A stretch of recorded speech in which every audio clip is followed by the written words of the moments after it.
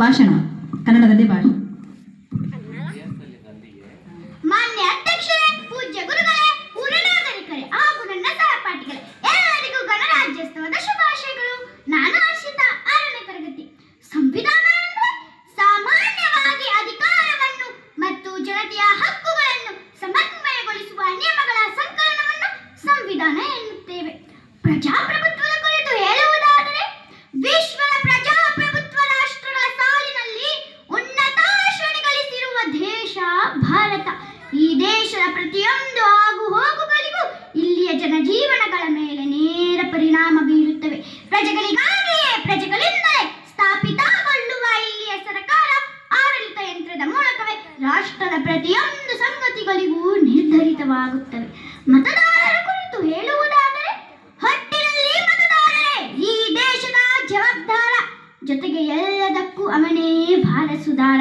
ಆದ್ದರಿಂದಲೇ ಮತದಾರರ ಅಧಿಕಾರವನ್ನು ಪ್ರಜೆಗಳಿಗೆ ನೀಡಲಾಗಿದೆ. ಪ್ರಜೆಗಳಿಗೆ ನೀಡಲ್ಪಟ್ಟ ಈ ಮತಾಧಿಕಾರವು ಸ್ಥಳೀಯ ಸಂಸ್ಥೆಗಳಾದ ಗ್ರಾಮ ಪಂಚಾಯಿತಿಯಿಂದ ರಾಷ್ಟ್ರದ ಸಂಸತ್ತಿಗೆ ಪ್ರತಿನಿಧಿಗಳನ್ನು ಆಯ್ಕೆ ಮಾಡುವ ಪರಮ ಅಧಿಕಾರವಾಗಿದೆ. ಆಯ್ಕೆಯಾದ ಪ್ರತಿನಿಧಿ ತನ್ನ ಜವಾಬ್ದಾರಿಯನ್ನ ಸರಿಯಾಗಿ ನಿಭಾಯಿಸದಿದ್ದರೆ ಮತ್ತೆ ಮುಂದಿನ ಚುನಾವಣೆಯಲ್ಲಿ ಅಂತಹ ಪ್ರತಿನಿಧಿಗಳನ್ನ ತಿರಸ್ಕರಿಸಿ ಅಧಿಕಾರದಿಂದ ಕೆಳಗಿಳಿಸುವ ಶಕ್ತಿಯಾಗಿ ಅಸ್ತ್ರವಾಗಿದೆ. ಈ ಪ್ರಬಲ ಆಕ್ರಮಣ ದೇಶದ ಎಷ್ಟರ ಮಟ್ಟಿಗೆ ಪ್ರಜೆಗಳು ಸದ್ಬಳಕೆಯಾಗುತ್ತಿವೆ ಎಂಬುದನ್ನು ಅರಿಯಬೇಕಾಗಿದೆ. ಚುನಾವಣೆ ಕುರಿತು ಹೇಳುವುದಾದರೆ, ಪ್ರಜೆಗಳಿಗೆ ಚುನಾವಣೆ ಪರೋಕ್ಷವಾಗಿ ರಾಷ್ಟ್ರದ ಆಡಳಿತದಲ್ಲಿ ಭಾಗವಹಿಸುವ ಅವಕಾಶ ನೀಡುತ್ತದೆ. ಪ್ರಜಾಪ್ರಭುತ್ವ ಮತ್ತು ಚುನಾವಣೆಗಳ ಮಧ್ಯೆ ಪರಸ್ಪರ ಪೂರಕ ಸಂಬಂಧವಿದೆ. ಚುನಾವಣೆ ಇಲ್ಲದ ಪ್ರಜಾಪ್ರಭುತ್ವವನ್ನು ಉಳಿಸಲು ಸಾಧ್ಯವಿಲ್ಲ. ಮತದಾನದ ಮೂಲಕ ಆಯ್ಕೆಗೊಂಡ ಪ್ರತಿನಿಧಿಗಳು ಪ್ರಜೆಗಳ ಹೆಸರಿನಲ್ಲಿ ಆಡಳಿತ ನಡೆಸುತ್ತಾರೆ. ಆದ್ದರಿಂದಲೇ ಚುನಾವಣೆಯು ಸಾರ್ವಜನಿಕ ಅಭಿಪ್ರಾಯ ಹಾಗೂ ಅಭಿವ್ಯಕ್ತಿ ಸ್ವಾತಂತ್ರ್ಯದ ಮಾಧ್ಯಮವಾಗಿದೆ. ಯುವಕರನ್ನು ಕುರಿತು ಹೇಳುವುದಾದರೆ, ನಮ್ಮ ಯುವಕರು ಅದೂ ಬೇಕು ಇದೂ ಬೇಕು ಎಂದುಕೊಂಡಿರುವುದು ಮನಸ್ಸಿಗೆ ಸಾಕು.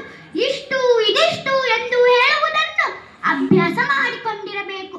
ಯೌವನಕ್ಕೆ ನಿಗ್ರಹಗಳ ಪಾಠ ಮಾಡಬೇಕು. ಯುವಕರು ತಮ್ಮ ಯೌವನವನ್ನು ನಿಗ್ರಹಿಸಿಕೊಂಡರೆ ಮುಂದೊಂದು ದಿನ ಭವಿಷ್ಯದಲ್ಲಿ ವಿಗ್ರಹವಾಗಿ ವೃತ್ತಗಳಲ್ಲಿ ನಿಂತುಕೊಳ್ಳುತ್ತಾರೆ. ಯುವಕರು ತಮ್ಮ ಯೌವನವನ್ನು ನಿಗ್ರಹಿಸಿಕೊಂಡು ಅಂಕಿತದಲ್ಲಿ ಇರಿಸಿಕೊಳ್ಳದೇ ಹೋದರೆ ಮುಂದೊಂದು ದಿನ ಭಾರವಾದ ಬದುಕನ್ನು ಎದುರಿಸಬೇಕಾಗುತ್ತದೆ. ಯೌವನವು ಸಕಾರಾತ್ಮಕಗೊಂಡಿರಲಿ, ಅದು ಯಾವತ್ತೂ ನಕಾರಾತ್ಮಕಗೊಂಡಿರುವುದು ಬೇಡ. ನಿಜಕ್ಕೂ ಯೌವನ ಒಂದು ವರ, ಅದೊಂದು ಗಿಫ್ಟ್. ಏಕೆಂದರೆ ಯೌವನಕ್ಕೆ ಕಸವನ್ನು ರಸವನ್ನಾಗಿಸಿ, ರಸವನ್ನು ರಸಾಯನವನ್ನಾಗಿಸಿ ಪರಿವರ್ತಿಸುವ ಅದ್ಭುತ ಶಕ್ತಿ ಇದೆ. ಅದನ್ನು ಸದುಪಯೋಗ ಪಡಿಸಿಕೊಳ್ಳಬೇಕು.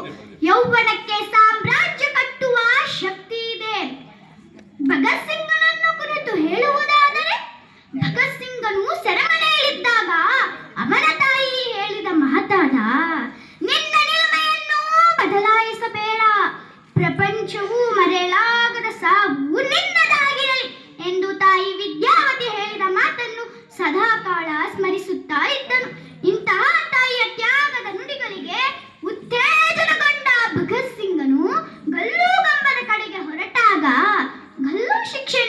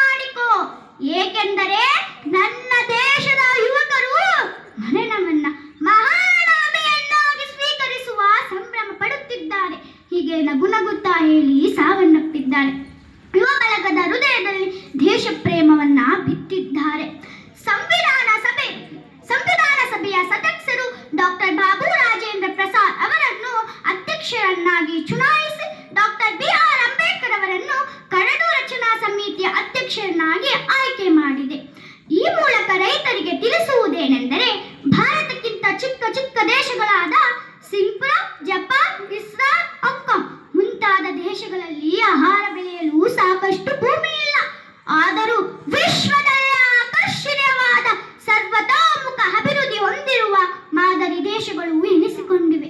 ಇದಕ್ಕೆ ಆ ದೇಶದ ಪ್ರಜೆಗಳು ದೇಶಭಕ್ತಿ ಜೊತೆಗೆ ಶಿಸ್ತು, ಶಾಂತಿ, ಬದ್ಧ ಜೀವನ ಶೈಲಿ ಅಳವಡಿಸಿಕೊಂಡಿರುವುದೇ ಮೂಲಭೂತ ಪ್ರೇರಣೆಯಾಗಿದೆ. ಅಷ್ಟೇ ಅಲ್ಲದೆ ರೈತ ಬೆಳೆದ ಬೆಳೆಗೆ ಸರ್ಕಾರವು ಕೂಡ ಸೂಕ್ತ ಬೆಲೆ ಮತ್ತು ಮಾರುಕಟ್ಟೆ ಒದಗಿಸಿಕೊಡುತ್ತದೆ. ಸಂಕೋಲೆಗಳ ಬಂದಿಯಾಗಿದ್ದ ನೀನು ಸ್ವಾತಂತ್ರ್ಯದ ದೇವನಾದೆ. ಸಮಾನತೆಗಾಗಿ ಹೋರಾಡಿದ ನೀನು ಅಸಾಮಾನ್ಯನಾದೆ. ಅಸ್ತಿತ್ವ ಇಲ್ಲದವನಾಗಿದ್ದ ನೀನು ಬೃಹತ್ ದೇಶದ ಸಂವಿಧಾನ ಕರ್ತನಾದೆ. ಇದೋ ನಮ್ಮ ಬಾಬಾ ಸಾಹೇಬ್ ಅಂಬೇಡ್ಕರ್ ಅವರೇ, ನಿಮಗಿದು ಸಾವಿರ ಸಾವಿರ ನಮನಗಳು. ಡಾಕ್ಟರ್ ಅಂಬೇಡ್ಕರ್ ಅವರ ಅಭಿಪ್ರಾಯವೇನೆಂದರೆ 1949 ನವೆಂಬರ್ 26ರಂದು ಸಂವಿಧಾನ ಎಂಬ ವಜ್ರ ಕವಚವನ್ನು ಅರ್ಪಿಸಿ ದೇಶ ಕುರಿತು ಭಾಷಣ ಮಾಡಿ ಕೆಲವು ಎಚ್ಚರಿಕೆ ಮಾತುಗಳನ್ನು ಹೇಳಿದ್ದರು. ಬಹುಕಾಲದ ಹಿಂದೆ ನಾವು ಸ್ವತಂತ್ರರಾಗಿದ್ದೆವು, ಈಗ ಸ್ವಾತಂತ್ರ್ಯ ಪಡೆದಿದ್ದೇವೆ. ನನಗಿರುವ ಹಂಚಿಕೆ ಮತ್ತು ಸಂದೇಹವೇನೆಂದರೆ ಈ ಸ್ವಾತಂತ್ರ್ಯವನ್ನು ನಾವು ಉಳಿಸಿಕೊಳ್ಳುತ್ತೇವೆಯೇ? ದೇಶದಲ್ಲಿರುವ ಅಸಮಾನತೆಯನ್ನು ನಾವು ತೊಲಗಿಸದಿದ್ದರೆ ಮತ್ತೆ ಅನೈಕ್ಯತೆ ಉಂಟಾಗಿ ಮತ್ತೆ ನಾವು ದಾಸ್ಯದಲ್ಲಿ ಬಿದ್ದು ಹೋದೆವು. ಅಂತಕಾಲ ಬಾರದಿರಲಿ ಎಂದು ಆಶಿಸುತ್ತಾ ನನ್ನ 4 ಮಾತುಗಳನ್ನು ಮುಗಿಸುತ್ತಿದ್ದೇನೆ. ಜೈ ಹಿಂದ್, ಜೈ ಭಾರತ್ ಮಾತಾ. ಸುದೀರ್ಘವಾಗಿ ಕನ್ನಡದಲ್ಲಿ ಧನ್ಯವಾದಗಳು. ಇದು ಬೇಡ.